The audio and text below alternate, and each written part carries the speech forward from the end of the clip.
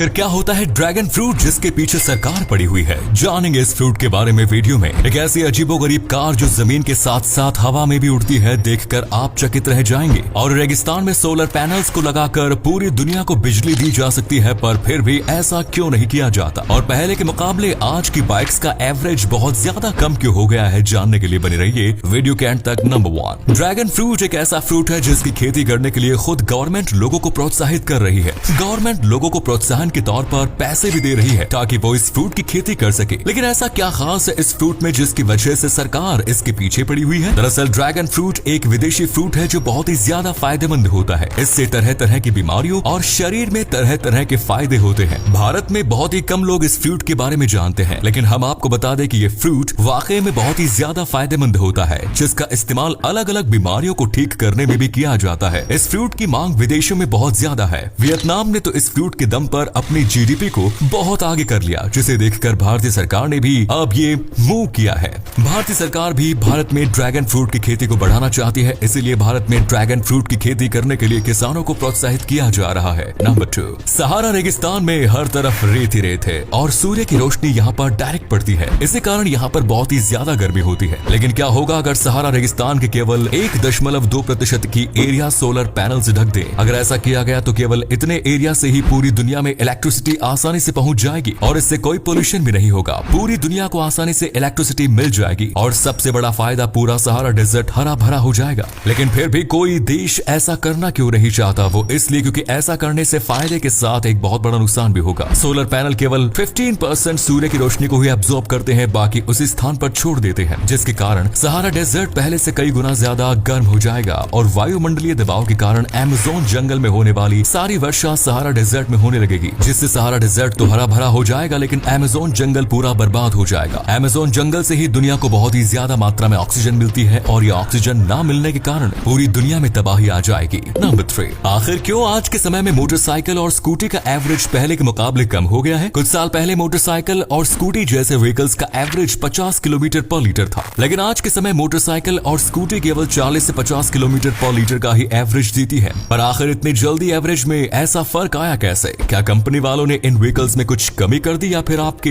अंधाधुंध गाड़ी चलाने से एवरेज पर फर्क पड़ा है? दरअसल ऐसा नहीं है। इसका सबसे बड़ा कारण पेट्रोल है। आप जो पेट्रोल पंप पर डलवाते हैं वो E10 पेट्रोल होता है और E10 पेट्रोल का मतलब होता है इसमें 10% एथेनॉल मिलाया गया है। ये वही एथेनॉल होता है जो गन्ने के जूस से बनाया जाता है। हालांकि इस एथेनॉल के मिलाने से पॉल्यूशन कम होता है, लेकिन 10% एथेनॉल की वजह से 10% गाड़ी का एवरेज भी कम हो जाता है और इसलिए आजकल के व्हीकल्स एवरेज पहले के मुकाबले कम दे रहे हैं। नंबर 4, कोई भी इंसान अपनी गर्दन को ज्यादा पीछे तक नहीं घुमा सकता, लेकिन उल्लू ऐसा कर सकता है जो अपनी गर्दन को बिल्कुल पीछे तक घुमा लेता है। इतनी गर्दन घुमाना किसी इंसान की बस की बात नहीं, पर उल्लू अपनी गर्दन को बिल्कुल पीछे तक घुमा लेता है। पर एक ऐसा शख्स हुआ है जिसने बिल्कुल एक उल्लू के बराबर ही अपनी गर्दन पीछे की ओर घुमाई थी। जी हाँ दोस्तों, इस शख्स का नाम है मार्टिन लॉरिलो और इन्होंने 180 डिग्री तक अपनी गर्दन घुमाई थी। ये किसी आम इंसान के लिए कर पाना नामुमकिन है और इसीलिए इनका नाम ह्यूमन ऑल भी पड़ा, क्योंकि इंसानों में ऐसा काम केवल मार्टिन ही कर पाते थे। बाकी किसी भी इंसान की गर्दन इतनी पीछे तक नहीं घूमती है। नंबर 5, भगवान गणेश एक भी शादी नहीं करना चाहते थे क्योंकि वो हमेशा एक ब्रह्मचारी रहना चाहते थे। लेकिन फिर कुछ ऐसा हुआ कि भगवान गणेश को एक नहीं बल्कि 2 शादियां करनी पड़ी। आखिर ऐसा क्या हुआ था कि एक भी शादी न करने वाले गणेश जी को 2 शादियां करनी पड़ी? दरअसल एक पौराणिक कथा के अनुसार एक बार गणेश जी तपस्या में लीन थे, तभी वहाँ से तुलसी देवी निकली। तुलसी देवी गणेश जी को देखकर उन पर फिदा हो गई और उन्होंने शादी का प्रस्ताव रखा, लेकिन भगवान गणेश ने उनको मना कर दिया क्योंकि वो एक ब्रह्मचारी बनना चाहते थे। लेकिन तभी तुलसी देवी ने क्रोधित होकर गणेश जी को ये श्राप दिया कि अब तुम्हारी एक नहीं बल्कि 2 शादियां होगी और इसलिए भगवान गणेश जी की 2 शादियां हुई, जिनकी पत्नी का नाम रिद्धि और सिद्धि है। रिद्धि और सिद्धि भगवान विश्वकर्मा की पुत्रियां थी।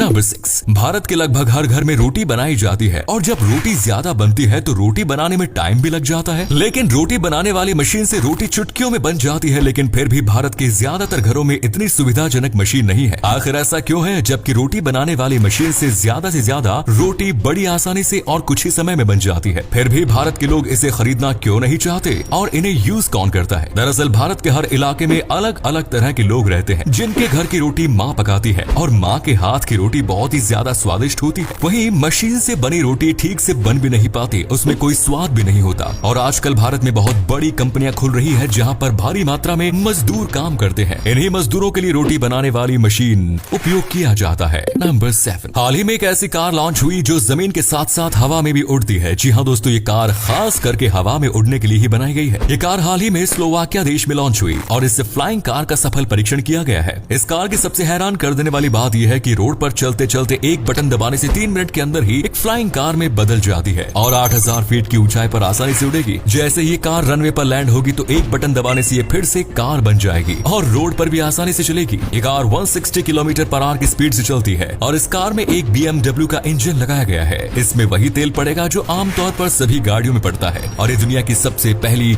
हवा में उड़ने वाली कार होगी। नंबर 8, क्या कोई शख्स प्लेन में सामान रखते समय कार्गो कंपार्टमेंट में सो सकता है? जी हाँ दोस्तों, एक ऐसी घटना घटी मुंबई के इंटरनेशनल एयरपोर्ट पर जहां इंडिगो एयरलाइंस मुंबई से अबू धाबी जाने के लिए तैयार थी। तभी सामान लोड करने वाले एक वर्कर को सामान रखते समय प्लेन के कार्गो कंपार्टमेंट में नींद आ गई और वो सो गया। जब प्लेन मुंबई से टेक ऑफ हुई तो उस वर्कर की आंख खुली तो उसने पाया कि अब वो अबू धाबी पहुंचने वाला है, लेकिन अब वो कुछ नहीं कर सकता था, इसीलिए वो चुपचाप बैठा रहा। लेकिन इधर जब इंडिगो के एम्प्लॉयज वर्कर की काउंटिंग कर रहे थे तो पता चला कि एक वर्कर गायब है। काफी ढूंढने के बाद भी वो नहीं मिला। ये खबर जब अबू धाबी के एयरपोर्ट में दी गई तो प्लेन की पूरी तरीके से जांच की गई तो मालूम चला कि वो शख्स इसी प्लेन में बैठा हुआ है जो गलती से कार्गो कंपार्टमेंट में सो गया था। उसके बाद उस शख्स को उसी फ्लाइट में पैसेंजर के तौर पर मुंबई भेज दिया गया। धन्यवाद।